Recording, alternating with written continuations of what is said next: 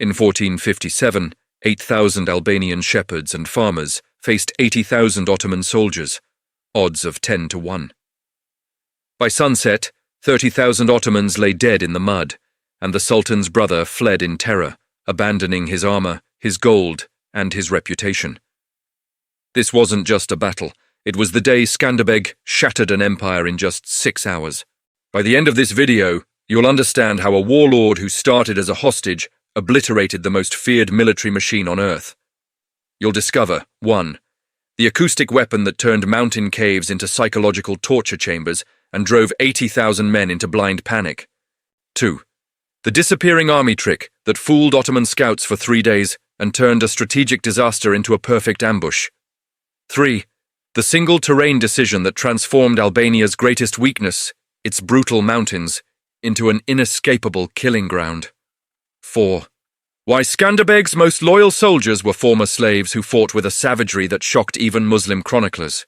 This is the story of the most one-sided massacre in medieval warfare and the secret methods that made it possible. The Ottoman force marching into Albania defied comprehension. At its core stood 15,000 janissaries, slave soldiers taken as children, trained to feel no fear and conditioned to view death in battle as divine honor. Behind them came 25,000 Sipahi cavalry, the finest horsemen in the world, each armed with composite bows that could pierce armor at 200 yards. Supporting them rolled the Sultan's artillery train, massive bronze cannons that had reduced Constantinople's legendary walls to rubble just 4 years earlier. Another 40,000 auxiliary troops, archers, engineers, and camp followers, swelled the ranks to a staggering 80,000 men. Their commander, Isak Bey, was the Sultan's own blood. He had crushed Serbian rebellions, razed Hungarian fortresses, and never lost a major engagement. His strategy was textbook Ottoman doctrine. Advance in overwhelming force, deploy artillery to shatter defensive positions, then unleash cavalry in waves until resistance collapsed. The terrain favored him completely. The plains of Albulena offered perfect ground for massed cavalry charges and artillery positioning. Against this stood Skanderbeg's 8,000. They had no artillery, no heavy cavalry. Most were farmers and shepherds who'd never seen formal military training. Their armor was leather and wool. Their weapons were swords, spears, and axes, tools meant for livestock and wood, not war. But they had 3 things the Ottomans didn't. First, Skanderbeg himself, a man who had studied Ottoman tactics from the inside for 20 years and knew every doctrine, every rhythm, every predictable move they would make. Second, the mountains. Skanderbeg understood that Albania's brutal, labyrinthine terrain wasn't a weakness, it was a weapon. The Ottomans saw open plains. Skanderbeg saw a trap with only one exit. Third, desperation. Every man in Skanderbeg's army knew that defeat meant enslavement, conversion, or death. They weren't fighting for glory, they were fighting for survival. And that made them willing to do things professional soldiers would never consider. The mathematical impossibility was clear, 8,000 against 80,000. But mathematics don't account for one thing. A man who knows he's already dead has nothing left to lose. In day 1, the Vanishing Act. Isak Bey's scouts entered Albanian territory expecting resistance. Instead, they found ghost towns, villages abandoned, livestock driven into the mountains, not a single enemy soldier in sight. For 3 days, the Ottoman army marched deeper into Albania, finding nothing but empty roads and silent valleys. But here's what the Ottomans didn't know. Skanderbeg hadn't retreated. He'd dissolved his army into the mountains. Every shepherd knew every cave, every pass, every hidden trail. While Ottoman scouts searched the valleys, 8,000 Albanians watched from above, invisible, waiting. Isak Bey made his fatal assumption. Skanderbeg was afraid. The great warrior who'd terrorized the empire for 14 years was finally running. Confident, Isak pushed his massive army into the plains of Albulena, a wide, flat basin surrounded on 3 sides by mountains.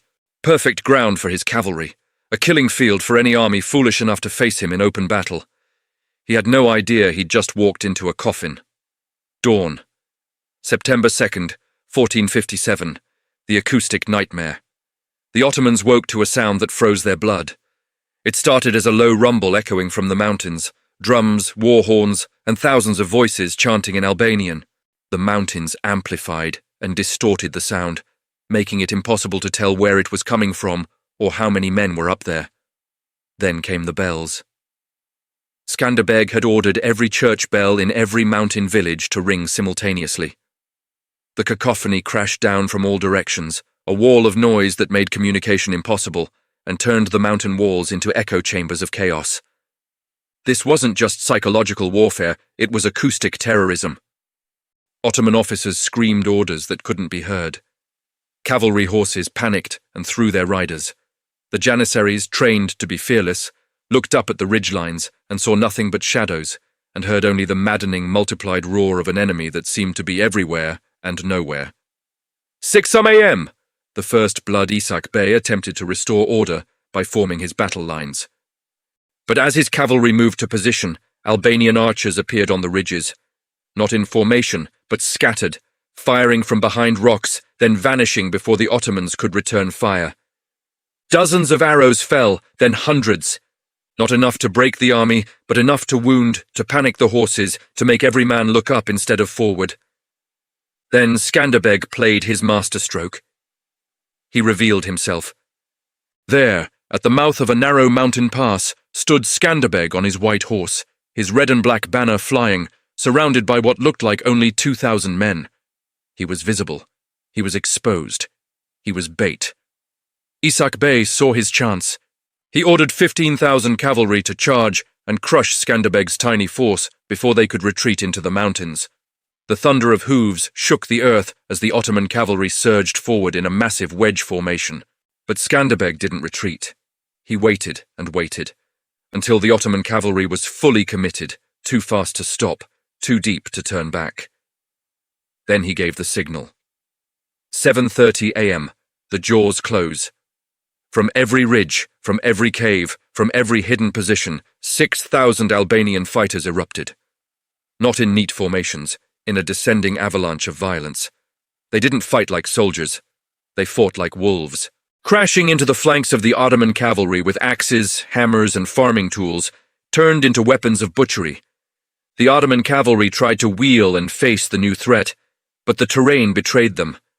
The basin's flat ground gave way to rocky slopes where horses stumbled and riders fell. Skanderbeg's men didn't try to hold ground. They struck, killed, and melted back into the rocks, only to reappear somewhere else moments later. The Ottomans had trained for open-field warfare. They had drilled for formations and discipline.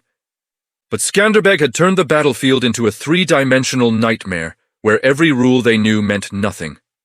9:00 a.m., the breaking point. Isak Bey tried to rally his janissaries, his elite infantry, the men who never broke. He formed them into defensive squares and ordered a fighting retreat toward the plain's only exit. But Skanderbeg had already sealed it. While the Ottomans focused on the ambush, Skanderbeg's fastest raiders had circled behind them and blocked the narrow pass, the only route out of the basin. The Ottoman army wasn't just losing, it was trapped. Noon. The collapse panic spreads faster than fire in a surrounded army. When the rear ranks realized there was no escape, discipline shattered. Janissaries abandoned their positions. Cavalry threw down their weapons and tried to flee on foot. Officers who attempted to restore order were trampled by their own men. Skanderbeg didn't pursue in a grand charge. He hunted.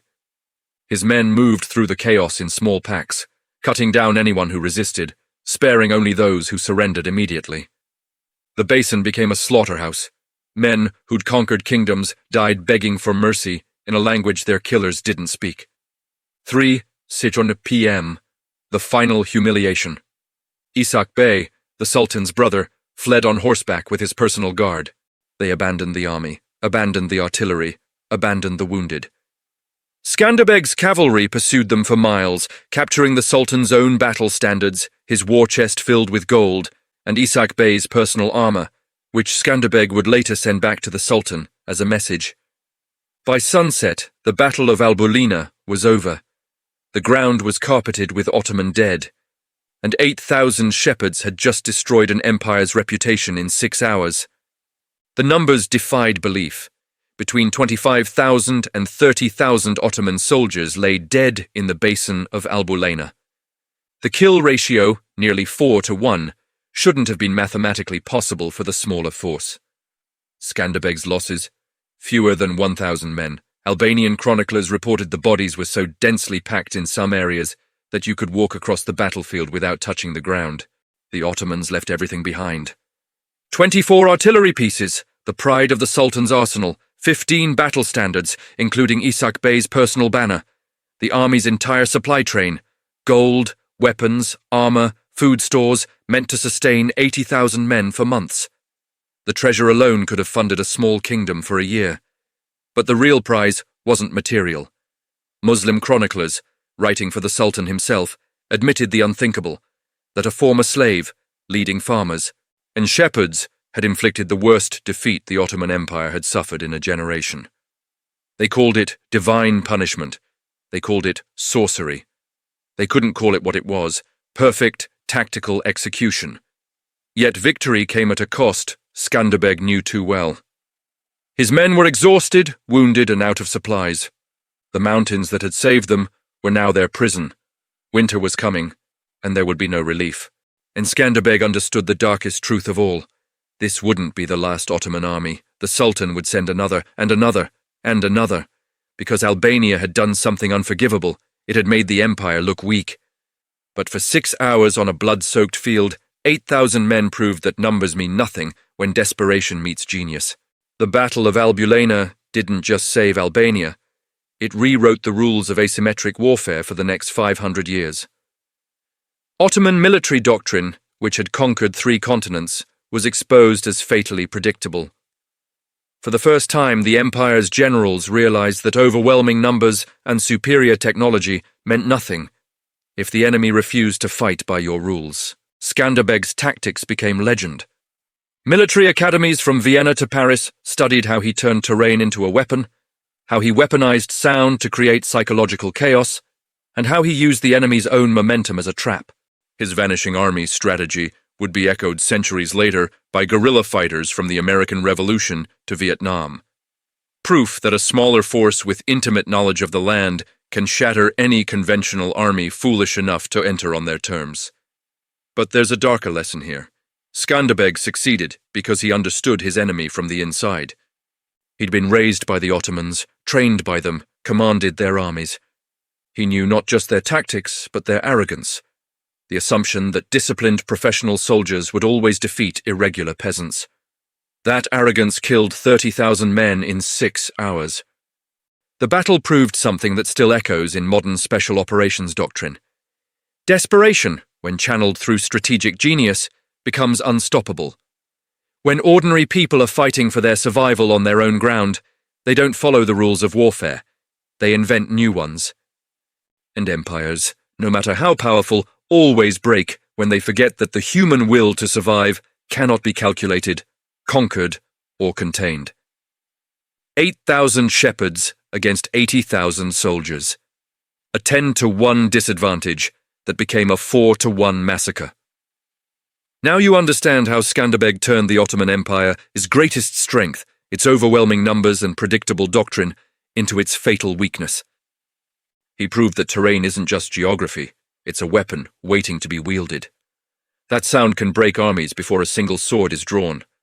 That a man who knows he's fighting for his family's survival will outlast any soldier fighting for an empire's glory. The Ottomans would send more armies. Skanderbeg would defeat them too. For 25 years, this former slave turned an entire nation into a fortress that no empire could breach. And it all started on a blood-soaked field in Albulena, where mathematics meant nothing and desperation meant everything. If this story of tactical genius and impossible victory left you hungry for more untold battles that changed history, hit that like button and subscribe to Ancient Valor, because the greatest victories in history weren't won by the largest armies, they were won by the smartest ones.